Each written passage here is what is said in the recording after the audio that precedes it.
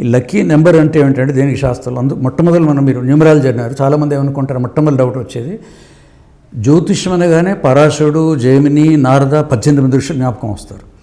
శివుడు పార్వతి చెప్పారు. అందుకే ఇది ఒక మనుషులు రాస్తుంది కదా జ్యోతిష్ శాస్త్రం. నేను ఢిల్లీ కలకట్టాలో కూడా చెప్పాను. అంటే ఇది డివైన్ సైన్స్ అంటారు దీన్ని, జ్యోతిష్యాన్ని. ఎందుకంటారంటే శివుడు పార్వతికి చెప్తుంటాడు వీటన్ని జ్యోతిష్ శాస్త్రం గురించి. ఆమె చెప్తుంటే తలుపు వింటూ ఉంటుంది. 18 మంది విద్యార్థులే జైమిని, పరాశర వాళ్ళు తాళపత్రాల్లో రాసుకుంటే అదే ఇప్పుడు జ్యోతిష్ శాస్త్రం. సో దానికి సంబంధించిందే ఇది కూడా. కాబట్టి సంఖ్యాశాస్త్రం తెలుగులో ఉంటారు న్యూమరాలజీని. ఇది కూడా భారతీయ సంఖ్యాశాస్త్రం అనే పుస్తకం రాయడం జరిగింది. ప్రపంచానికంతా మన దేశం ఇప్పుడు మన గురించి మనం చెబితే బయటపడి ఎలా చెప్తారు. కాబట్టి భారతీయ సంఖ్యాశాస్త్రం అని చెప్పాను. ఆ పద్ధతిలో వెళ్ళినప్పుడు మీరు అడిగిన లక్కీ నెంబర్ దాన్ని కూడా అటు మార్చి చెప్పాల్సి వస్తుంది. ఎందుకు ఈ లక్కీ నెంబర్ అడుగుతున్నారు అని అంటే జనరల్గా ప్రచారంలోకి వచ్చేది శాస్త్రంలో ఉంది కూడా. అదృష్ట సంఖ్య ఏమిటి, నా లక్కీ నెంబర్ ఏంటి అని అంటారు. అంటే మన డేట్ ఆఫ్ బర్త్లో అంటే పేర్లు, డేట్ ఆఫ్ బర్త్ వాళ్ళకి పేర్లు, ఆ పేరే లక్కీ నెంబర్ మనం క్యాలిక్యులేట్ చేయొచ్చు. డేట్ ఆఫ్ బర్త్ అంటే వాళ్ళు టోటల్ డేట్ ఆఫ్ బర్త్ మనం తీసుకుంటే డెస్టినీ అంటారు. అంటే ఇక్కడ బ్రహ్మదేవుడు ఏదైతే వీళ్ళకి రాస్తాడో నీకు 10 సంవత్సరాలు ఇది జరగాలి, 20కి జరగాలి, 50కి, ఆ తర్వాత ఫారెన్ పోతావు, ఇల్లు కడితే, ఇవన్నీ కూడా ఆల్రెడీ ప్రీడెంట్ రాసి ఉంటాయి అన్నమాట. ఆయన రాసినట్టు జరగాలి.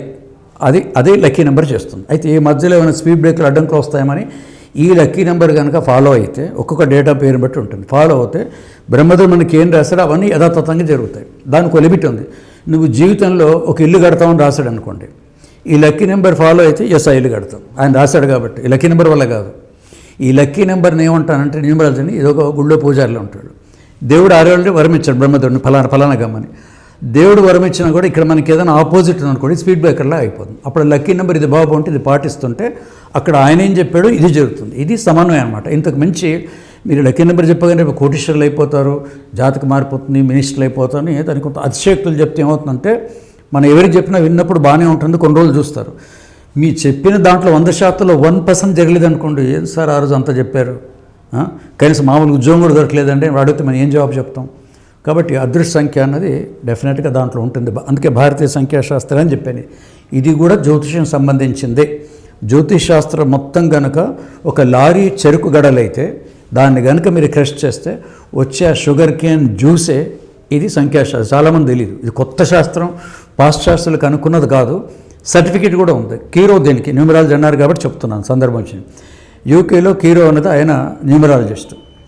ఆయన ఒక పుస్తకం రాసి మనం తెలుగులో పీఠిక అంటాం, ప్రిఫేస్ అంటారు ఇంగ్లీష్, మొదటి పేజీలో ఏదో రాస్తారు వాళ్ళకి. ఆ దాంట్లో రాసినప్పుడు ఏం చేశారంటే చాలా రోజుల క్రితం నేను ఒకసారి భారతదేశానికి వెళ్ళాను లైవ్. సెకండ్ వెళ్ళినప్పుడు కాశీ అని ఒక పట్టణంలో, ఇప్పుడు సిటీ అయిండి వచ్చేది మోడీ వచ్చారు కాబట్టి, పట్టణంలో ఉన్నాను. అప్పుడు హోటల్లో లాడ్జింగ్ లేకపోతే పూటకోళ్ళు ఇల్లు ఉండేవన్నమాట. ఒక చిన్న ఇల్లు, ఒక 10 మందికి వంట చేయటము, 4 పని మనుషులు, అదే హోటల్ కమ్ లాడ్జింగ్ అని అనుకోండి. అక్కడే నేను ఉన్నట్టు. అక్కడ ఒక పండితుడు, ఈయనకి హస్తసాముద్రికం బేసికల్లీ ఆయన పామిస్ట్, చాలామంది తెలియదు. కీరో అంటే పామిస్ట్. హస్తసాముద్రికము, జ్యోతిష్యము, న్యూమరాలజీ, ఈ 3 శాస్త్రాల్లో ఉన్న మొత్తం మర్మం చెప్పాను. The secrets of astrology, the secret of palmistry taught by a Indian pandit in Benaras, that is why today I'm here అని చెప్పాడు ఆయన. నిజంగా ఆయన వ్యక్తిత్వంతో గొప్ప. జనరల్ మనం వేరే వాళ్ళు మన కాపీ నా ప్రతిభ అని చెప్తుంటాం. ఆయన చెప్పాడు కాబట్టి శాస్త్రం చెప్పి ఆయన పుస్తకాలు ఇంతకంటే వేరే నిదర్శనం అక్కర్లేదు. ఇది మనదే భారతీయ శాస్త్రం అని. అది లక్కీ నెంబర్ అన్నది మనకు ఆ డేట్ ఆఫ్ బర్త్లో వస్తుంది. ఇక దీన్ని ఏం చేయాలని సెకండ్ చెప్పిన తర్వాత ఏం చేయాలి, లక్కీ నెంబర్ తర్వాత ఏం చేయాలంటే ఇప్పుడు మనకు తప్పదు. ఒక కారు కొన్నా ఆర్టీ ఆఫీసులో పోయిన చెప్పండి సార్ మీకు నెంబర్ కావాలంటారు. ఎన్టీ రామారావు పుణ్యం అని చెప్పి ఒకటి బాగా పాపులర్ నెంబర్ 9, ప్రతి వాళ్ళు నెంబర్ 9. ఎంత డిమాండ్ అంటే డిమాండ్ అది మీరు అక్కడ పోయి అడిగితే తెలుస్తుంది. ఒక డబుల్ 9 కావాలనుకోండి 25 లక్షలు, 20 లక్షలు, 15 లక్షలు, ఫ్యాన్సీ నెంబర్ అది, అంత గొప్ప ఉంది. మిగతా వాటికి అంత ఉండదు. దాని తర్వాత నెంబర్ 1 కూడా బాగుంది. సపోజ్ మా నెంబర్ ఏదో నెంబర్ 4 ఉందనుకోండి, మీ లక్కీ నెంబర్ 4 అని చెప్పి ఎట్లా ఉపయోగపడుతుంది. మీరు ఆట నెంబర్ 4 అంటే ఏం లేదు తీసుకొస్తారంటాడు, అది మీకు లక్కీ. ₹1,00,000 అక్కడ మిగిలించుకోవటం కూడా ఈయనకి లక్కీ. అందరూ 9 కదా, ఆయన మట్టుకే. ఎన్టీ రామారావు మట్టుకే అది నెంబర్ 9 పేరు మార్చుకున్నాడు కాబట్టి. ఆయన పేరు అసలు ఎన్ రామారావు. విజయవాడ ఉన్నప్పుడు నందమూరి ఇంటి పేరు రామారావు. ఆ అక్షరాలు 8 వస్తాయి, దానికి కూడా 8 వస్తుంది, డెస్టినీ 3 వస్తుంది.